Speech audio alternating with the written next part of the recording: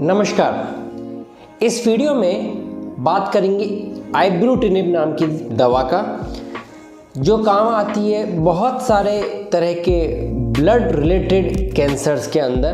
क्या side effect हो सकते हैं, कैसे मैनेज करना है, ये सारी बातें पेशेंट पर्सपेक्टिव के लिए जो ज़रूरी है पेशेंट को जानना इस दवाई को स्टार्ट करने से पहले। आइए बात करते हैं। सबसे पहले सही नाम इज़ नॉट इब्रूटिनिब, इट इज़ आइब्रूटिनिब। कैसे लेते हैं? कैप्सूल फॉर्म में ये आती है, मुंह से हम लेते हैं। कीमोथेरेपी नहीं है, इसलिए इंजेक्शन वगैरह नहीं है। ये आइब्रूटिनिब को देने से पहले हम कुछ ब्लड टेस्ट करते हैं, जैसे CBC, RFT, LFT और ECG। ये हम इसलिए करते हैं एज अ बेसलाइन, अगर आपको इस दवाई से कुछ साइड इफ़ेक्ट हो वो देखने के लिए, या फिर आपकी बेसलाइन फिटनेस के लिए आपकी बॉडी इस टैबलेट को टॉलरेट कर पाएगी कि नहीं। ये टेस्ट कराने के बाद जब हम ये दवाई चालू करते हैं, प्लीज़ ये दवा जैसे हम कैंसर स्पेशलिस्ट बताते हैं उस तरीके से लीजिए। यूजुअली ये दवा की डोज करीब 3 या 4 या कभी कभी 5 कैप्सूल भी एक साथ आती है। ये कैप्सूल आपको एक साथ लेने के हैं, स्प्लिट करके यूजुअली हम सजेस्ट नहीं करते हैं, स्पेशल सिचुएशन में कर सकते हैं। बेसिकली नेक्स्ट क्वेश्चन किसी भी टैबलेट के साथ आता है, वो है कि खाने से पहले लूँ या खाने के बाद लूँ। आइब्रूटिनिब को इर्रेस्पेक्टिव ऑफ खाने से आप ले सकते हैं। मैं यूजुअली अपने पेशेंट को खाने के बाद सजेस्ट करता हूं, क्योंकि उससे गैस्ट्रिक इरिटेशन थोड़ा कम होता है। अभी खाना लिया और वॉमिट हो गई तो मैं सजेस्ट करता हूं प्लीज़ दूसरी टैबलेट नहीं लीजिए। आपकी जो डोज थी, जैसे अगर आप 4 टैबलेट लेने वाले हैं तो टोटल आप 4 ही एक दिन में डब्बे से निकालिए। एक टैबलेट अगर वॉमिट हो गई उसको डिस्कार्ड कर दीजिए। आइब्रूटिनिब लॉन्ग एक्टिंग ड्रग है, एक गोली मिस करने से बहुत फ़र्क नहीं पड़ता। ये बात, अगर आप गलती से डोज मिस कर दें, भूल जाए, अगर 12 घंटे तक अगर आपको याद आ गया कि आज की डोज नहीं ली है तो आप डोज ले सकते हैं। 12 घंटे से ज़्यादा अगर आप लेट हो चुके हैं तो आज की डोज स्किप कर दीजिए, कल अपने नई डोज लीजिए। कुछ ऐसे ओवर द काउंटर मेडिकेशंस हैं जो आइब्रूटिनिब के साथ रिएक्शन रखते हैं, इंटरेक्शन रखते हैं। जैसे एक एंटी फंगल है कीटोकोनाजोल, स्किन के इन्फेक्शन एंड जहाँ पे रिंग वर्म्स वगैरह होते हैं, डर्मेटोलॉजिस्ट इसको प्रेस्क्राइब करते हैं। या कुछ लोग इस तरह की मेडिसिन पे होते हैं, कोई TB मेडिसिन जैसे रिफैम्पिसिन या रिफैम्पिन। ये आइब्रूटिनिब के मेटाबॉलिज्म को चेंज कर देते हैं। और अगर आप इस तरह की दवाई ले रहे हैं तो मुझे बताइए, अपने कैंसर डॉक्टर को बताइए, हमें आइब्रूटिनिब की डोज ऊपर नीचे करनी पड़ेगी। इसके अलावा खाने में कोई रेस्ट्रिक्शन नहीं है, आप जो चाहे खा सकते हैं एक्सेप्ट ग्रेप फ्रूट का जूस। ग्रेप्स नहीं होते हैं। पिक्चर आपको डिस्प्ले किया है एग्जैक्टली ग्रेप फ्रूट्स क्या होते हैं। ये रूटीनली अवेलेबल नहीं होते, लेकिन लोग कंफ्यूजन में ग्रेप खाना छोड़ देते हैं। Grapefruit is different, grapes are different. Avoid grapefruits, you can take grapes. Ibrutinib chemo नहीं है, लेकिन हो सकता है कि आपके स्पर्म्स, शुक्राणु या ओवम को थोड़ा कुछ डैमेज करें या उनके मेटाबॉलिज्म में चेंजेस लाएं। इसके लिए आइब्रूटिनिब लेते वक्त avoid getting pregnant, avoid making someone else pregnant, किसी और को प्रेग्नेंट या प्रेग्नेंट ना हुई है। बैरियर मेथड जैसे कॉन्डम या डायफ्राम बेस्ट है। अगर आपका स्पाउस ले सकते हैं तो हार्मोनल पिल्स, कॉन्ट्रासेप्टिव पिल्स भी आप ले सकते हैं। इसके बाद आइब्रूटिनिब का एक साइड इफ़ेक्ट होता है, ये ब्लीडिंग कर सकता है। अगर आप किसी तरह की सर्जरी जाने वाले हैं, जैसे कभी कभी लोग आँख की कोई कैटरेक्ट सर्जरी या डेंटल कोई सर्जरी लेते हैं, तो आइब्रूटिनिब को करीब 5 या 6 दिन के लिए होल्ड पर रखना चाहिए। उसके बाद सर्जरी के लिए जाना चाहिए। इमरजेंसी सर्जरीज आप कुछ नहीं कर सकते, please go ahead for emergency surgeries. अब आते हैं प्रॉपर साइड इफ़ेक्ट्स के कि साइड इफ़ेक्ट्स क्या हो सकते हैं और कैसे मैनेज करते हैं। सो कुछ साइड इफ़ेक्ट जो मैंने ऊपर कवर किए हैं वो पेशेंट कंप्लेंट करते हैं कि मुझे वॉमिटिंग हो गई या मुझे ऐसा कुछ हो गया।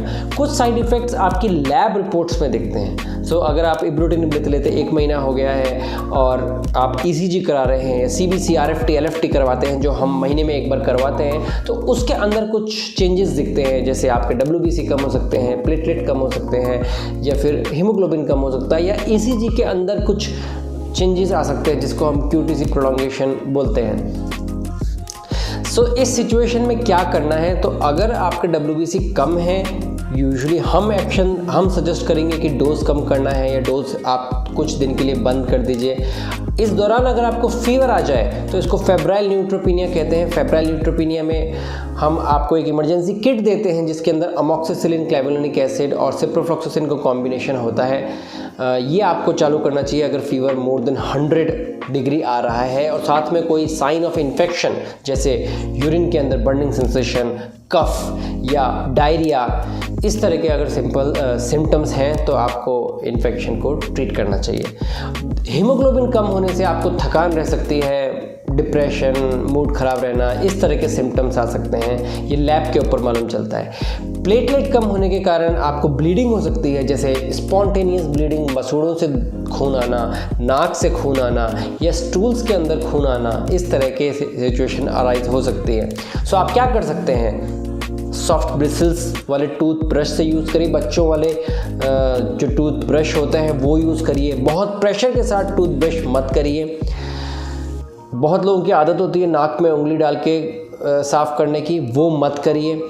अगर आप ऐसी डेंजरस या ऐसे एक्टिविटीज़ में इन्वॉल्व है जहां आपको कट लग सकता है, फॉर एग्जांपल सब्जी काटना या heavy machinery like drill machine, हथौड़ा, छेनी, ड्यूरिंग दिस ट्रीटमेंट आप वो सब अवॉइड करिए। अगर कोई आप ऐसी दवाइयाँ ले रहे हैं जो ब्लड को पतला करती है, जैसे एस्प्रिन, क्लोपिडोग्रेल, हेपारिन, एलिक्वेस, इस तरह की दवाइयाँ यूजुअली हार्ट पेशेंट लेते हैं। अपने आप से वो दवाइयाँ बंद मत करिए, मुझे बताइए, अपने डॉक्टर को बताइए, कार्डियोलॉजिस्ट को बताइए। बेस्ड ऑन इनके इंटरेक्शन हम आइदर ऑफ दोनों के डोज चेंज करेंगे या डोज में मॉडिफिकेशन करेंगे। इसके लिए आप खुद से एक्शन ना लीजिए।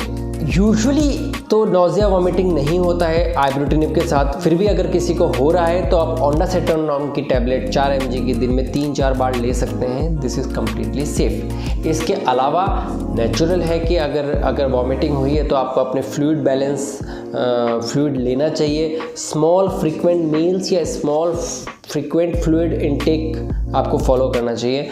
एक साथ 1 लीटर पानी पीने की बजाय हर आधे घंटे में एक 100 ml में क्वांटिटी में पीना चाहिए।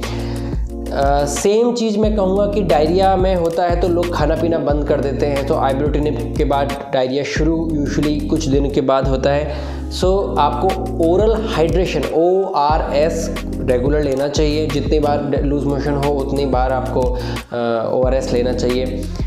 आइब्रूटिनिब के साथ मैंने बोला कि ब्लीडिंग हो सकती है, नाक में से ब्लीडिंग हो सकती है। अब इस ब्लीडिंग को कंट्रोल कैसे करना है? सो इस ब्लीडिंग को कंट्रोल करने के कुछ स्टेप्स हैं। फॉर एग्जांपल, सीधे बैठ जाइए, नाक को पिंच करिए, पिंच करके कुछ देर ऐसे रखिए, करीब 5 से 10 मिनट। ड्यूरिंग दैट टाइम आप मुंह से ब्रीदिंग करिए। इस सिचुएशन के अंदर जो अगर कोई ब्लीडिंग होती भी है तो वो गले से नीचे चले जाती है। ध्यान रखिए कि वो सांस की नली में ना जाए। आप ब्लड को गटक सकते हैं, स्वेलो कर सकते हैं ताकि वो पेट में चले जाए। 5 से 10 मिनट ऐसे होल्ड करने के बाद आप छोड़ के देखिए ब्लीडिंग कंट्रोल हुई कि नहीं हुई।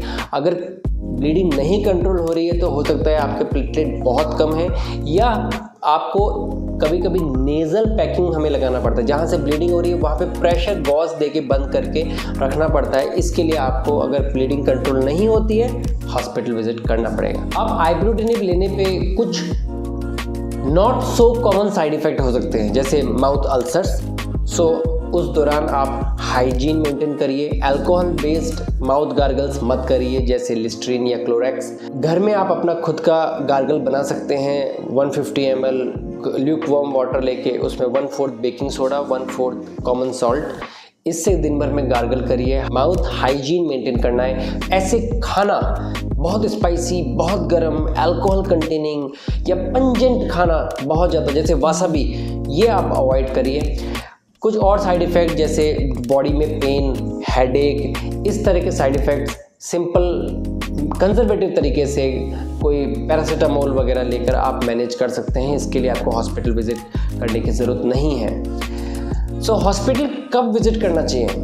सो अगर आइबुप्रोफेन लेते लेते आपको हाई ग्रेड फीवर आने लगे, साइंस ऑफ इन्फेक्शन आने लगे, कफ है, डायरिया हो गया, यूरिन में इन्फेक्शन, जलन हो रही है, इस तरह के सिम्टम्स हैं, ब्लीडिंग हुआ, ब्लीडिंग कंट्रोल में नहीं आ रहा है, वो सिम्टम्स हैं, या फिर आपको बहुत ही ज़्यादा हार्ट के अंदर फ्लटरिंग या हार्ट की रिदम बराबर नहीं लग रही है, तो सडनली आपका बीपी कम हो गया, तो आपको हॉस्पिटल में विज़िट करना चाहिए। हम आपके ईसीजी, ब्लड टेस्ट करा के देखेंगे क्या इस दवाई से कोई साइड इफ़ेक्ट हुए हैं कि नहीं। यूजुअली ऐसा नहीं होता है, सो घबराइए मत। मेरी दूसरी वीडियो है साइड इफ़ेक्ट्स ऑफ कीमोथेरेपी के पॉसिबिलिटीज़ और प्रोबेबिलिटीज़ पे, वो वीडियो आप देखिए। ये ड्रग इतनी डेंजरस नहीं है, ये सारे साइड इफ़ेक्ट्स बहुत कम लोगों में होते हैं, लेकिन होते हैं तो हमें मैनेज करने पड़ते हैं। सो आशा है इस वीडियो से आप कुछ समझे होंगे कि इस दवाई को कैसे लेना है, कैसे मैनेज करना है। ये वीडियो अगर आपको अच्छा लगा तो उन लोगों के साथ शेयर करिए जो इस दवाई को ले रहे हैं और इनकी तकलीफ़ों से जूझ रहे हैं। अगर यही वीडियो आप और डेप्थ में समझना चाहते हैं, बहुत डिटेल में मैंने कवर किया है मेरी पाठशाला प्रोग्राम के अंदर, आप वहाँ पे एनरोल कर सकते हैं। सो इजाज़त चाहूँगा। Please subscribe to my channel. Thank you very much.